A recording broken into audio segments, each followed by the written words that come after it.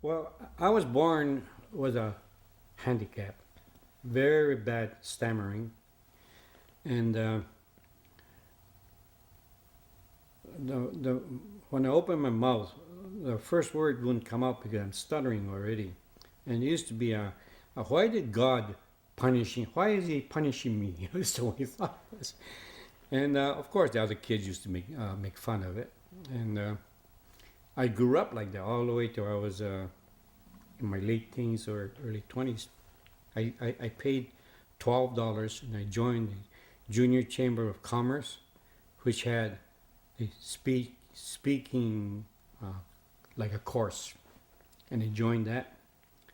Got up in front of a class, and here I have to give my name. Week after, my name and address. The week after that, a name, address, and occupation. It goes on and on.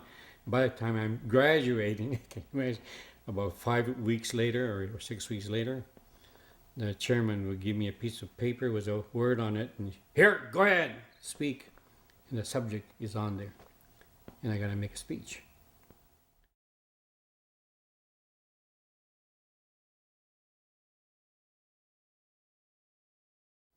Born in 1929, January 29, and when I was born, the Great Depression started.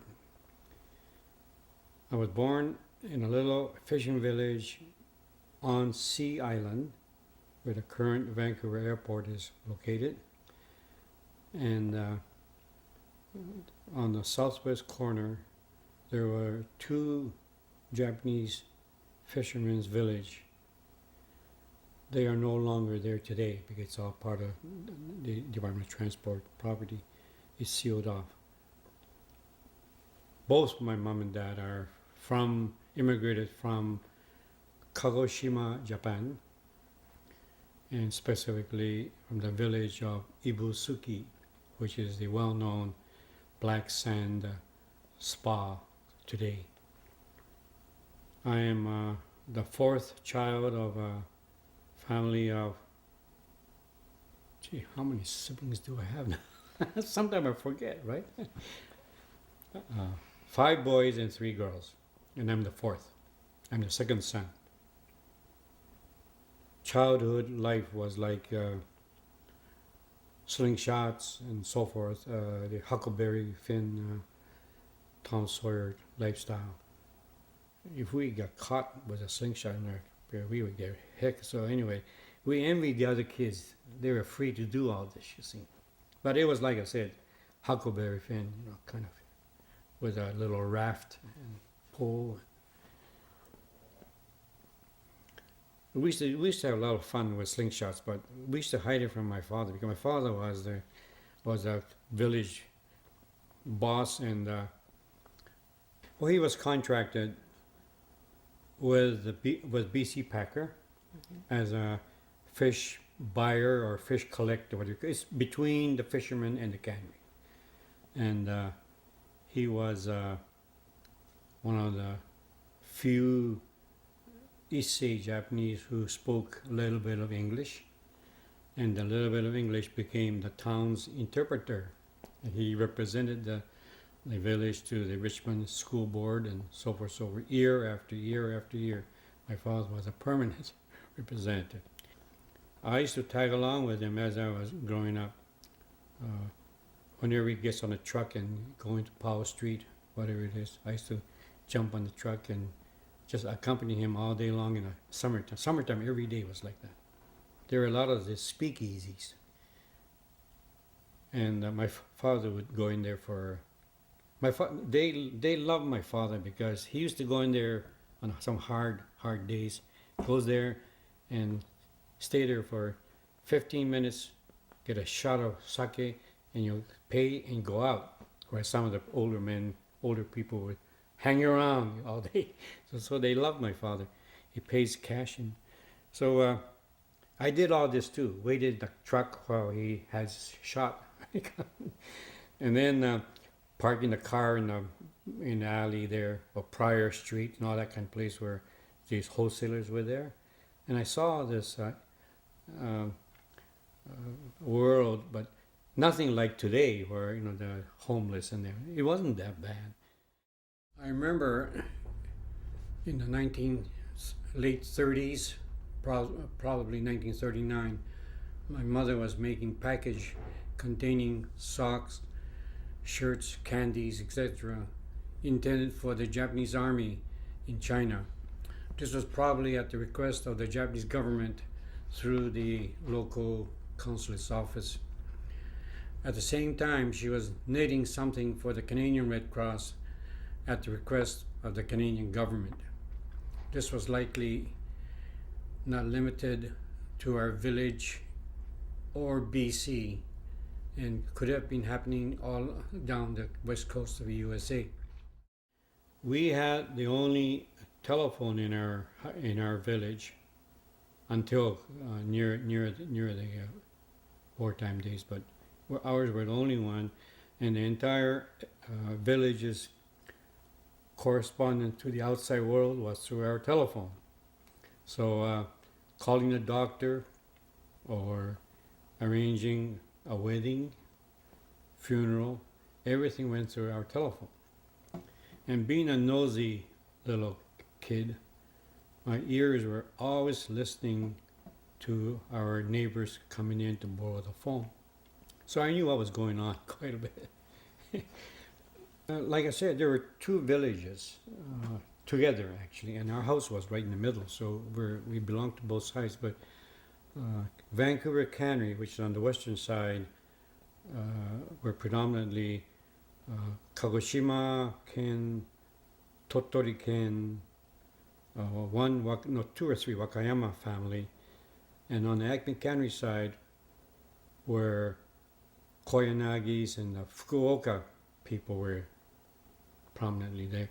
And the Fukuoka people, their brothers and uncles or wherever, the connection was across the river to the south at Terranova. That's where the connection was. And from Vancouver Cannery side, the connection was to a Celtic cannery. Mm-hmm. So with my father moving back and forth here, we were exposed to the 4 different Japanese villages. And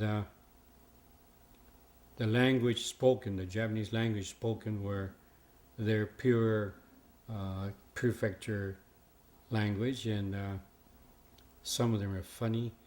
And as a kid, we used to imitate them, but we thought that was the only Japanese language. So when I went out to the world afterwards, I was using those languages, and they were wondering, who the hell is this guy coming from? It was funny. One that we made a lot of fun was a Tottori people, a Celtic cannery, in our cannery. And Tottori is central Honshu on the Japan seaside, but from Tottori, again, there are so many areas, but the ones who settled in this cannery were from this specific village, and their dialect were pretty close to the northern Sendai people, which is the Oikawas and that clan. But the way they spoke was, here we go now. うちのズムは今日はどこに行ったんだ。もうママがちゃんとランチを作って用意しているのに、味噌汁でも飲めばいいんだけど。That's the way he spoke like that. Eh? We thought, gee, that's a kind of funny Japanese, and we thought he was saying. We didn't have any Osaka people, or the Osaka band, the Kansai people, but even if they spoke, watashi da wakarehen, no, that's where it goes. Kagoshima one, I will not going because I'll wreck the whole place. Watai don wa kyou wa doko ikku ka? That's the way they go. Isseis, there were mainly prefecture divisions. The Kagoshima stick together, Tottori stick together, so forth. So until the war, even the marriage of the next generation, Nisei, I'm talking about the old Niseis now, who are in their 90s now, Their marriage used to be within their kin. And when they married out, they say, oh, the outsider. That's the way. I mean, they were mingling society, but it was that prefecture was very strong. Sea Island and Lulu Island, which is Richmond, was all wheat farm and dairy farms. In our transportation, the boys naturally had bicycle, and we bicycled all along that area. The bridges were very tiny little wooden rickety bridge from Sea Island to Lulu Island, from Sea Island to Marpole. But Sea Island, the airport was where the current South Terminal is, and had a couple of huts, and the planes were a few planes with two wings, biplanes. And when 1936, I think it was, when Patalo Bridge was open, and Trans-Canada Airline was formed, and the Trans-Canada Airline plane were flying over our house every day. And Trans-Canada Airline planes were all, the ID numbers were CF, TCA, CF, TCB, TCC, TCC, TCD, goes on and on. Just starting off in 1936 now. Okay, and by the time 1941 came along, it was up to about TCM. And we used to say, "Oh, you know what? I saw TCM flying over." Said, "Oh no, heck, we saw TCN now," and that was the end of it when the evacuation started.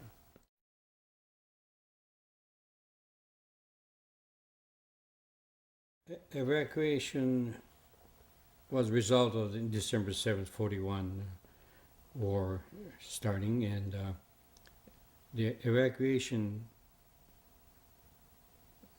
subject came out almost soon. We were confiscated automobile, and by this time I think there was about 4 or 5 automobiles in this whole village, mostly trucks, and radio, camera, everything was had to be gathered by the government, and the boats, the fishing boats, were all taken to Annacis Island. But this is the funny part of it. If the government wants it, come and get it yourself. No, the Japanese all volunteered, gassed up their car and a boat, and they all went together. And my older brother and I, we went along with it. Pouring rain, we all gathered where the Marpole, the bridge is there, the Arthur Lang Bridge. Beyond underneath there, we all gathered in the boats. We went like a convoy. We went up the river to Annacis Island. You see, but until that Pearl Harbor, I remember naturally as a Canadian, we were worried about the Eastern War going on, and my father used to have this armband called AR something, Air Raid Precaution, ARP.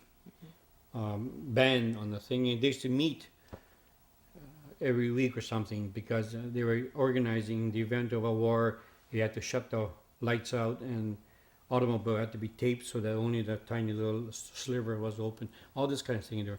My mother and my oldest sister were sewing the Red Cross uniform, whatever it is, because we were asked to do that. You see, but when the war started, naturally, those were all out the window, and what the family went through, I don't know what the emotions were. We were told to go. I guess we were going to go. We have no choice but to go. I guess that was it. Went into Hastings Park around March or April.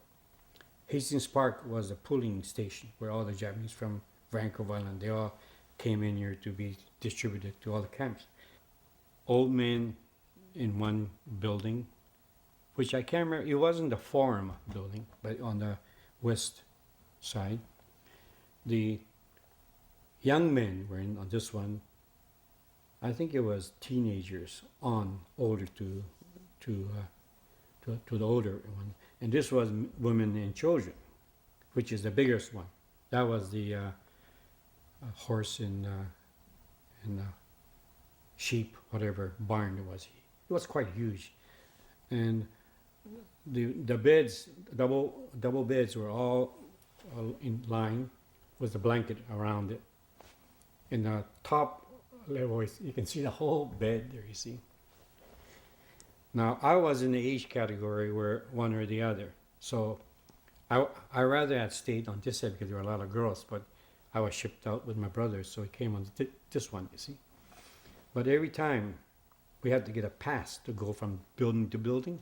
I was able to go anytime I wanted because I looked so young, so I just go in any time, so go see my mother and my other siblings. And it was fenced in with a barbed wire on the top. And we used to go to the Renfrew side of it to see the outside world. Always looking at the people walking by.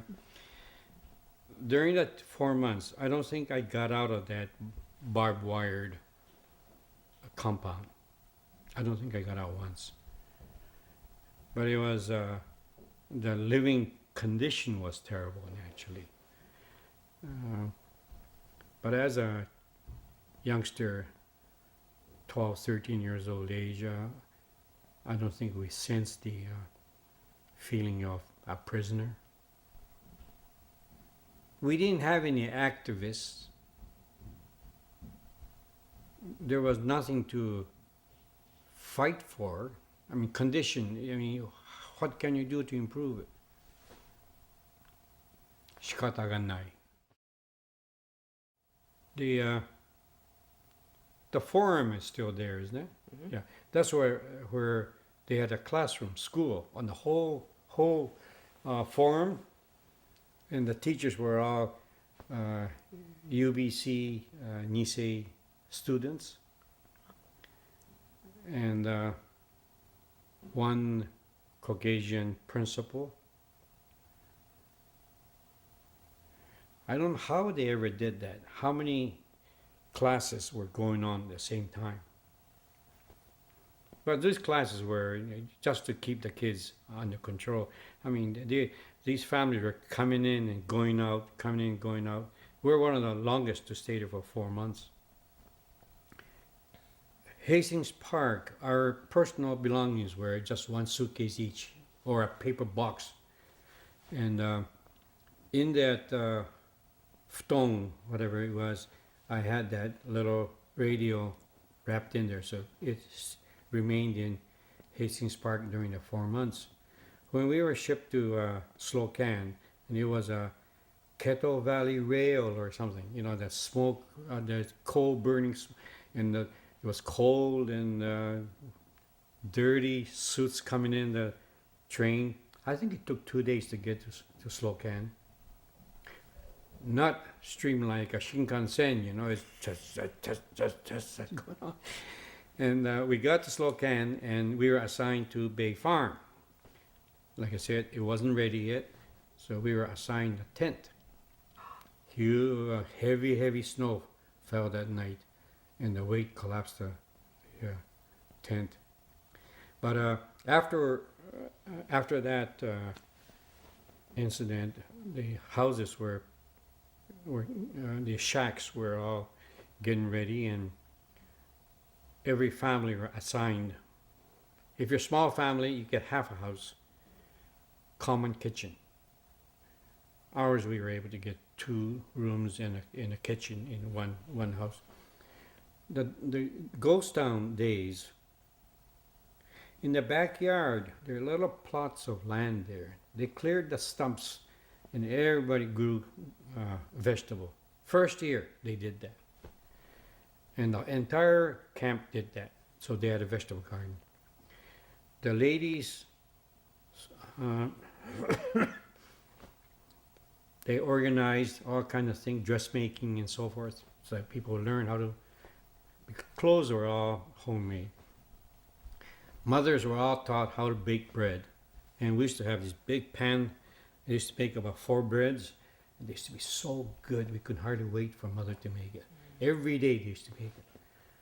And actually, we're getting only $45 a month from the government to feed all that, us, 10 of us. And then some of the entrepreneurs were making bootleg with dandelion leaves. My father was with his partner were incinerator, and one day the grocery store had a fire, and a whole pile of onions were destroyed. They were all dumped at the dump. My father and them were making this. He took all the good part, put it in the basket. We ate onion for about 2 months. Fried onion and potato, fried onion and potato. We also received a distribution of shoyu, miso, and other foodstuff. This is probably 1943-4, and I assume this was given to the camp inmates by the Japanese government through the International Red Cross. Very, very few people rejected the offer. We have to remember that at this period, such gift was highly appreciated. Buddhist people built a big barn, and next they built a school. All the teachers, all the carpenter, I'm talking about amateur carpenters, they built the school. Desk, chair. And then at the Buddhist church became a community hall like. And you should have seen the talents, singers and dramas. They used to put on show practically every night. It was August or early August or July. The forest fire was raging in the camp area. Caslow, the area.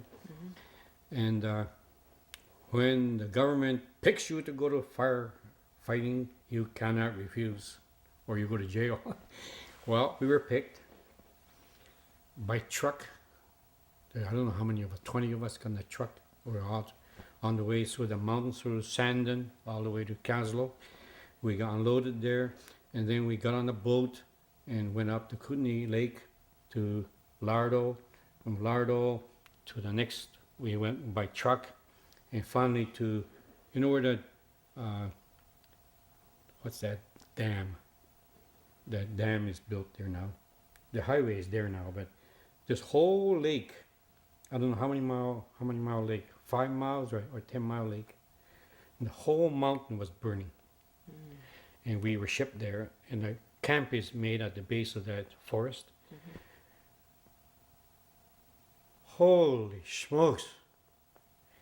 We could eat all the steaks. The Climax can was jam. We could eat all we want. It was picnic, eh? But we made our own bed on was a forest branch and put a blanket there, and we slept. And went on for I think about 3 weeks or so fighting the forest fire. There was once when accident, I think 3 burned to death. Not us Japanese, but the professionals. And when the war was winding down, there was something to do with, they had to send one person with the boat to the the main camp, and I was sent for whatever reason. I was the one to go to pick up something, I can't remember.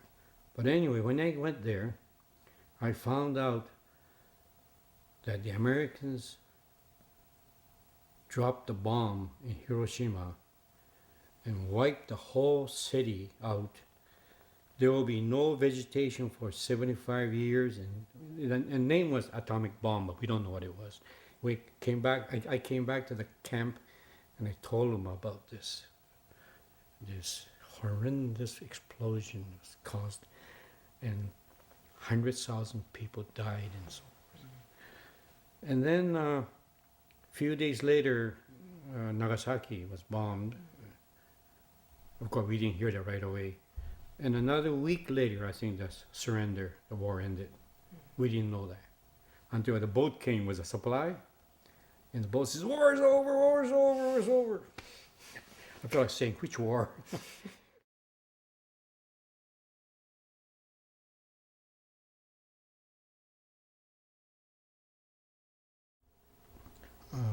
Restrictions were not removed till probably in the late 1940s, 49, when we were able to come back by that time.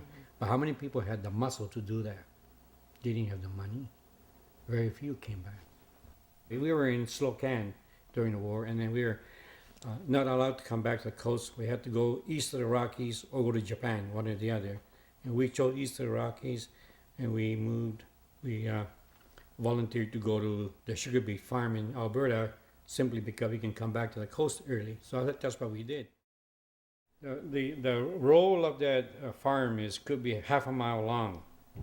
And when they do that, they start to grow inch and a half, seedlings start to grow. Then with a hole, they have to cut it out and destroy the other 20 and leave one every foot or foot and a half. I can't remember what it was. Foot and a half probably. One is just left. So that you call that thinning. Okay. And then at that time, the whole family has to go to the farm, go to the field and do it. And then later on in the summer, additional thinning had to be done because now it's growing into the radish, the actual beets. And then in the fall is the harvest. And we used to again go on a half mile long one, and the shovel with the tractor would dig up all the way. The beets would be dug up. We used to get two hands, bang the two mud off, lay it down, mud off, lay it down, and then the next crew would come along with a knife, with a hook. We chop the leaf off and pile up, and the truck will come in. But it's okay on a fair weather. But when it start to snow, ice and wet mud, it's amazing how we survived again. It wasn't only a tractor; it was a horse drawn too. A smelly horse, sweating away.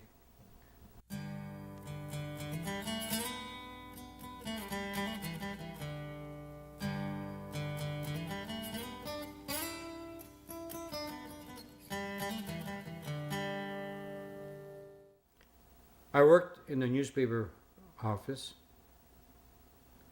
owned by Senator Buchanan, a well-known man, and that was my high school days. I worked part-time, and then eventually I was working in a bicycle radio shop. I used to fix radio. Can you imagine somebody taught me how to do it? I was one of the very few nieces who had necktie and a tie to go to work. The rest of the people, they all worked in a labor kind of field. So right away, the whole community says, if you have something that you want in English, go and see Mr. Kamitakahara. And I think I'm not exaggerating, but I think I did, I don't know how many dozen old age pension application that I did. I've taken the old people to the doctor to interpret, this kind of thing, you see. Even with my Japanese, I was able to interpret and explain to the doctor what's going on. And I'm not bragging, but since I was called to do this and that so often, I think I did about 50 wedding MC. Isn't it ridiculous? I was the town toastmaster. Some of the boys joined the Canadian Army. Japanese people would say, what the hell is the matter with those people joining the Canadian Army when we got kicked out? This kind of a thing was going on. But, again, this is going into the archive, and I think I can talk frankly about it, although I shouldn't be out there in a speech, making a speech, but Joining the army is another thing. I used to hear that, I know why he joined the army. Christ, he owed so many gambling debts that he had no choice but to go and join the army. There are a lot of these UBC graduates who became, we have to fight for the country. We have to show them. Those are that type, but the rest, I don't know how many percent-wise, they joined the army because they didn't have a job. Mm-hmm. I mean, you can believe that. There is a truck dealer in Steveston which could be liquidated any day, but if you want to work there, we'll give you a job. That's how I took that job. And I worked there for almost a year. During that time, I got married. Mm-hmm. But this Ford Motor Company gave me this lead, you see. I wasn't fussy. I mean, I shouldn't be fussy because I didn't have an education. It was a lot of fields were still closed to the Japanese. Mm-hmm. And when I tell my friends in this Ford dealer in Steveston about Rosie and I looking at the advertising in the newspaper to go look for a room, and on the telephone I say my name is Mr. Kami and blah blah blah, and give a bit of sales talk, who I am, and I'm working with a Ford Motor Company, and it's not Ford Motor Company, it's an old dealer, but you gotta say this sort of thing.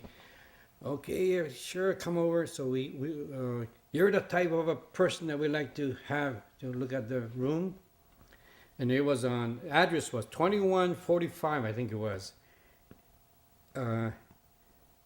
40th Avenue. We knock on. It was a cold winter day. We were both with overcoat. Knock on the door. Lady answers the phone and says, "I'm Mr. Kami. We're looking for."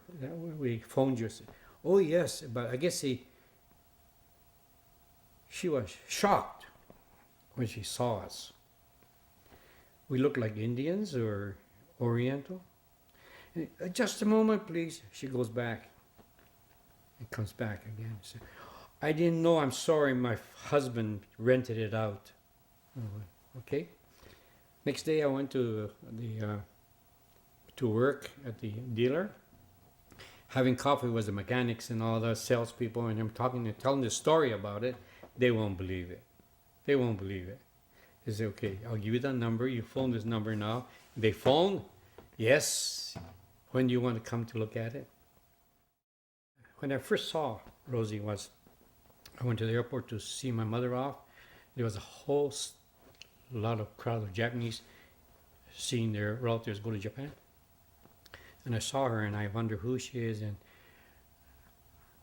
her brother was going around with a family friend of mine. And through that I found out who she was afterwards.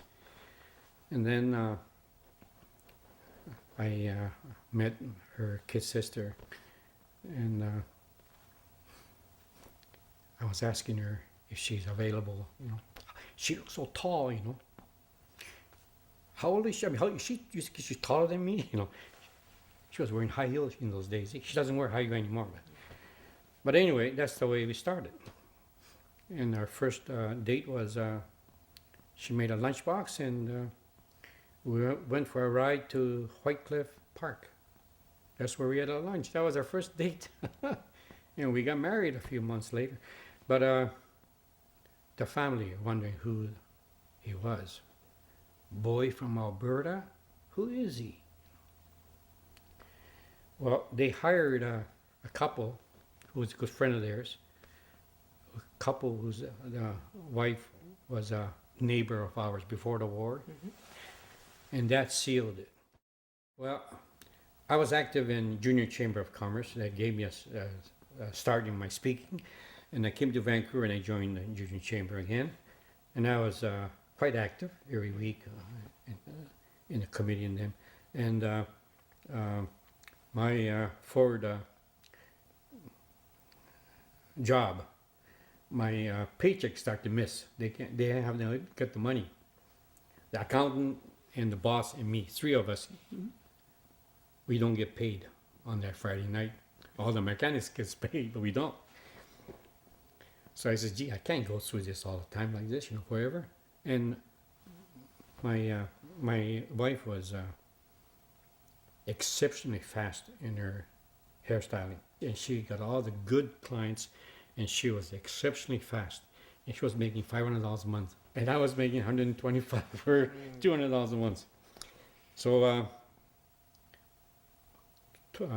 mentioning about my paycheck missing, some of the guys at the junior chamber said, why don't you go into insurance? That's how I got into insurance. No clients, just got the book, and I started a business. The Japanese companies were just started coming in one by one, very tiny yet, but and I like today I have large accounts, but started off like that. That's my insurance agency.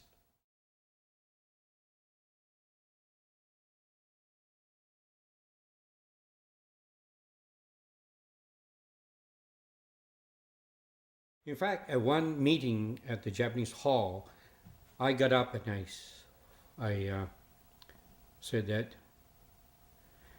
I'm against it. We should not be going for this kind of blood money. We are the children of the Japanese immigrants who came to Canada instead of my family friends who went as a colonizer to Manchuria, and the suffering they did is no comparison to us. We had a Canadian army looking after us. These people in Manchuria, they had a Russian army coming in. 1 million Japanese, or close to it. Some people say 250,000 Japanese disappeared. We have personal friends lives in Vancouver who escaped from Manchuria, was their baby in the back, and they ran for miles and miles, finally to the water where they got the boat and got back to Japan. We didn't go through that, I said. And we did well. We didn't need the government help. Somebody gave us the courage to get education and so forth. We should teach these kind of things to the young Japanese. That's what we say. When the money came, was an apology from the Prime Minister of Canada. If I had said no thanks, I would have been a fool. I'd rather be a hypocrite, and I accepted it.